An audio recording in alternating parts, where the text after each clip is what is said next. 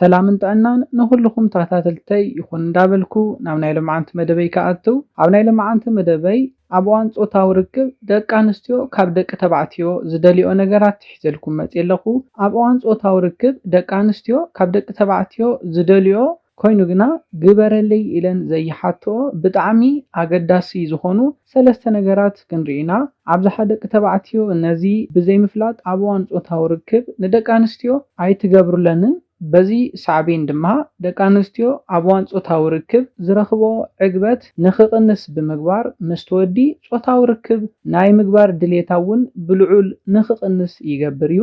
ሎማዓንቲ ኩልኩም ደቂ ተባዕትዮ ነዚ ነገር ክትፈልጥዎ ኣለኩም። ኩልሻዕ ሓንቲ ጓል ኣንስተይቲ ምሳኻ ፆታዊ ርክብ ክትፍፅም እንከላ ነዘን ሰለስተ ነገራት ክትገብረላ ትደሊ እያ። ኮይኑ ግና ክትነግረካ ምፅባይ ዘይኮነስ ተትገብሩለን እተን ደቂ ኣንስትዮ ምሳኹም ፆታዊ ርክብ ናይ ምግባር ድሌተንን ናይ ፆታዊ ርክብ ዕግበተን እውን ክውስኸለን ስለዝኽእል ነዚ መደብ ብደንቢ ጌርኩም ተኸታተልዎ። ቅድሚ ናብ መደበይ ምእታወይ መደብና ናብ ብዙሓት ደቂ ተባዕትዮ በፂሑ ትምህርቲ ንኽወስድሉ ላይክ ጌርኩም ጀምርዎ። ነዚ ቻነል ሓደሽቲ ዝኾንኩም ሰብስክራይብ ብምግባር ዝተፈላለዩ ናይ ጥዕና ናይ ፆታዊ ርክብ ከምኡ እውን ናይ ሓዳር ሂወት ኢንፎርሜሽን ትረኽብሉ ቻነል ስድራ ንኽትኮኑ ብክብሪ ይሓትት። ስድራን ዝኾንኩም እንዳመስገንኩ ናብ መደበይ ክምለስ። ፈለማ ሓንቲ ጓል ኣንስተይቲ ኣብ እዋን ፆታዊ ርክብ ካብ ወዲ ትደልዮ ኮይኑ ግና ዘይትዛረቡ ኣገዳሲ ነገር እንታይ እዩ? እቲ ወዲ ኣብ እዋን ፆታዊ ርክብ ዝስምዖ ዝሓስቦ ሓሳብ እታ ጓል ኣንስተይቲ ክትፈልጥ ትደሊ እያ። ነዚ ክብል እንከለኹ እንታይ ማለት እዩ? እቲ ወዲ ኣብ እዋን ፆታዊ ርክብ ክግበረሉ ዝደልዮ ነገር እታ ጓል ኣንስተይቲ ክትፈልጦ ስለትደሊ እያ።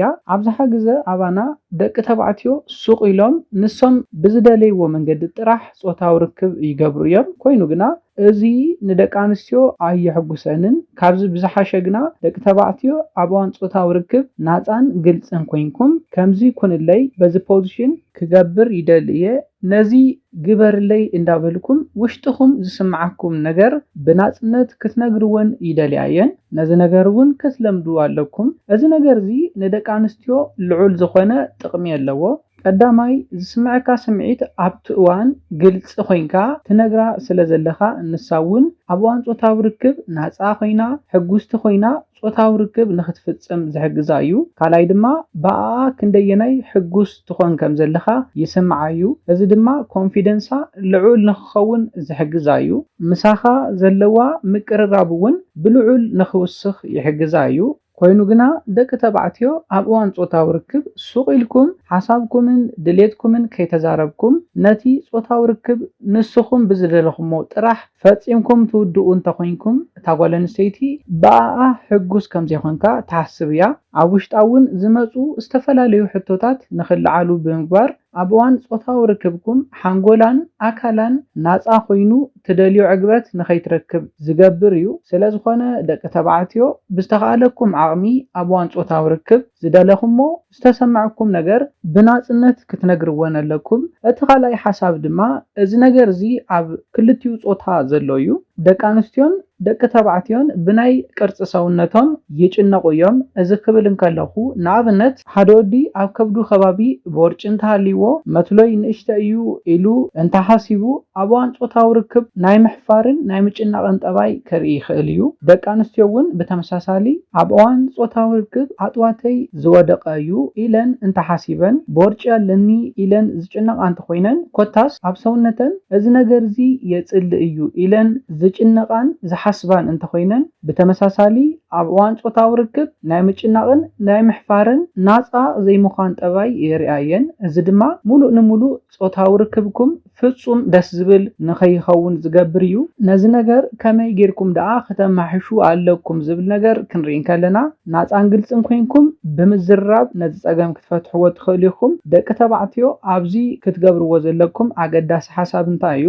ፈለማ ደቂ ተባዕትዮ ብባዕልኹም ንቦርጪ ኣለኒ መትሎይ ንእሽተ እዩ ከምዚ ከምዚን ዝመሰላ ሓሳባት ኣብ ሰውነትኩም ዘጽልእ ኣካል ሰውነት ኣለኒ ኢልኩም ተሓስቡ እንተኮይንኩም በቲ ክፋል ሰውነትኩም ኣብ ተሓፍሩን ኣብ ትጭነቁሉን እዋን ኣብ እዋን ጾታዊ ርክብ ናጽነት ዘይስምዐኩም እንተኮይኑ ፈለማ ነዚ ኣረኣያኩም ክትቀይሩ ኣለኩም። ንስኻትኩም ከምዚ እንዳበልኩም ሕጉሳትን ዕጉባትን ክትኮኑ ኣይትኽእሉን። ንደቂ ኣንስትዮ እውን ከተሕጉሱን ከተዕግቡን ኣይትኽእሉን። ምስ ዝተታሒዙ ድማ መትሎ ደው ናይ ዘይምባልን ቀልጢፍካ ናይ ምውዳእን ፀገም የምፅእ እዩ። ምክንያቱ እንታይ እዩ? ኣብ እዋን ጾታዊ ርክብ ትጭነቁ ተሓስቡ እንተኮይንኩም መትሎ ደው ናይ ዘይምባልና ቀልጢፍካ ናይ ምውዳእ ፀገም ምስ እዚ ተታሒዙ ዝመፅእ ፀገም ስለዝኾነ እዩ። ብጠቕላልኡ ድማ ናይ ጾታዊ ርክብ ስምዒት ምቕናስ ድሌት ናይ ዘይምህላው ፀገም ከስዕበልኩም ይኽእል እዩ። ስለዝኾነ ብሰውነትኩም ስትራክቸር ተሓፍሩ እንተኮይንኩም ነዚ ኣረኣያኩም ክትቀይርዎ ኣለኩም። ብዘለኩም ነገር ሕጉሳት ኮይንኩም ምንባርን ጾታዊ ርክብ ምግባርን ከትለምዱ ኣለኩም። ኣባኹም ዘሎ ፀገም ምስ ፈታሕኩም ድማ ታጓል ኣንስተይቲ እውን ከምዚ ዓይነት ሓሳብን ጭንቀትን እንተሃሊዋ ማለት እውን ኣጥዋተይ ዝወደቀ እዩ ቦርጪ ኣለኒ እንዳበለት ተሓስብን ትጭነቅን እንተኮይና ብተመሳሳሊ እውን ጥራሕ ነብሳ ወፅያ ጾታዊ ርክብ ክትገብር ተሓፍር እንተኮይና ንልቸ ጥፊኣ ጾታዊ ርክብ ክትፈጽም ትድሊ እንተኮይና ነዚ ናይ ሰውነታ ኣረኣያ ንኽትቀይር ንስኻትኩም እውን ናጻ ኮይንኩም ቀስ እንዳበልኩም ካብዚ ሓሳብ ንኽወፃ ብምግባር ክንደየናይ ጽብቕቲ ክንደየናይ ተሕጉስ ከም ዝኾነት ብምንጋር ንሓንጎላ ናጻ ክትገብሩ ኣለኩም። ኣብዚ ግዜ ክልቴኹም ብሓንጎልኩም ናጻ ክትኮኑ ከለኹም ብሰውነትኩም ክትኮርዑ ከለኹም ንጾታዊ ርክብ ናጻ ኮይንኩም ክትገብሩ ትኽእሉ ኢኹም። ኣብቲ ግዜ ድማ ትደልይዎ ናይ ጾታዊ ርክብ ታሕጓስን ዕግበትን ክትረኽቡ ትኽእሉ ኢኹም። እቲ ሳልሳይ ሓሳብ ድማ እቲ ወዲ ንዓዓ ክንደይናይ ተኣማናይ ከም ዝኾነ ጓል ኣንስተይቲ ኩሉ ሻዕ ክትፈልጦ ትደልዮ ነገር እዩ። እዚ ነገር እዚ ምስ እንታይ ዝተተሓዘ እዩ? ሓንቲ ጓል ኣንስተይቲ ምስ ወዲ ርክብ ክትገብር እንከላ እቲ ወዲ ንግዝያዊ ታሕጓስ ጥራሕ ድዩ ዝደልየኒ ወይስ ኣፍቂሩኒ ናይ ብሓቂ ናተይ ኮይኑ ክነብር ደልዩን ወሲኑን ድዩ ዝብል ሕቶ ኩሉ ሻዕ ደቂ ኣንስትዮ ኣብ ውሽጠን ይለዓል እዩ። ስለዝኾነ ደቂ ተባዕትዮ ኣብዚ ክትገብርዎ ዘለኩም ነገር እንታይ እዩ? ቀድሚ ርክብኩም ብጣዕሚ ንኸኣምናኹም ክትገብሩ ኣለኩም። ዝተፈላለዩ ቃላት እንዳተጠቐምኩም ንዓኣተን ዘለኩም ተኣማንነት ካብኣተን ወፃኢ ምስ ካሊእ ጓል ኣንስተይቲ እውን ርክብ ምፍጻም ከም ዘይትደልዩ ንሳ ናትካ ከም ዝኾነት ንስኻ እውን ናታ ጥራሕ ከም ዝኾንካ ብደንቢ ከተእምና ኣለካ። ሽዑ እታ ጓል ኣንስተይቲ ጾታዊ ርክብኩም ብናጽነት ክትገብር ዘኽእላ እዩ። እንተዘይኮይኑ ግና ኣብ ውሽጣ ምጥርጣር እንዳሃለወ ንሱኮ ንሎማዓንቲ ጥራሕ እዩ ዝደልየኒ ሕዚ ሓደ ግዜ ጾታዊ ርክብ ምስ ገበርና ክገድፈን እዩ ምስ ካሊእ ጓል ኣንስተይቲ እውን ካሊእ ርክብ ክፍጽም እዩ ዝብል ሕቶታት ኣብ ውሽጣ ዝለዓል እንተኮይኑ ብፍጹም ሕጉስቲ ክትከውን ኣይትኽእልን። ምንም ዓይነት ናይ ጾታዊ ርክብ ዕግበት ከይትረክብ ዝገብራ ሓደገኛ ነገር እዩ። ምሳኻ ዘለዋ ርክብ እውን ናይ ምጥርጣር ስለዝኾነ ብፍጹም ፍቕሪ ኣብ መንጎኹም ኣይህልውን። ስለዝኾነ ደቂ ተባዕትዮ ቅድሚ ጾታዊ ርክብ ምፍጻምኩም ንሳ ተሐጉስን ፍልይትን ከም ዝኾነት ምስ ካሊእ ጓል ኣንስተይቲ ምንም ዓይነት ርክብ ከም ዘይትፍጽምን ኩሉ ሻዕ እናተን ጥራሕ ኮይንኩም ከም ትነብሩ ብዝተፈላለዩ መንገድታት ነታ ጓል ኣንስተይቲ ናይ ምእማን ስራሕ ክትሰርሑ ኣለኩም። ሽዑ እታ ጓል ኣንስተይቲ ሓንጎላ ናጻን ሕጉስትን ኮይና ጾታዊ ርክብ ንኽትፍጽም ይሕግዛ እዩ።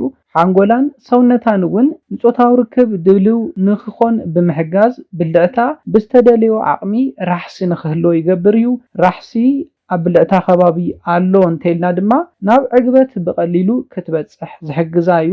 ምሳኹም ዝህልወን ምቅርራብ እውን ስጡም ንክኸውን ይሕግዘን እዩ። ስለዝኾነ እዘን ዝሓበርኩልኩም ሰለስተ ነገራት ኣብ ናይ ፍቕርን ናይ ጾታዊ ርክብ ሂወትኩምን ብምግባር ናይ ፍቕርን ናይ ጾታዊ ርክብ ሂወትኩም ሕጉስን ኣዕጋባይ ንክኸውን يحجزكم يو نزن سلسة نجارات دكانستيو نخحتاكم كي تتصبخم بعلكم بمقبار حيوتكم حقوس زملقو قد قابرو قد كألولكم نزيلة نايل معانت مدبي بازك زازم كام نايل معانت مدبي زخونة حدش نجار كم زحاسكم تسفاي قبر نزي ممهر حساب نبزحات دك تبعتيو نخبت سح بمقبار نخم هارولون ناي فقرن ناي توتاوركب حيوتهم حقوسن عقبت زملقو نخونن لايك شير قبرو حساب ريتون تهليكم بكومنت سيكشن حساباتكم قلتوا لي سلام انتعنا نخلاتنا يعني لي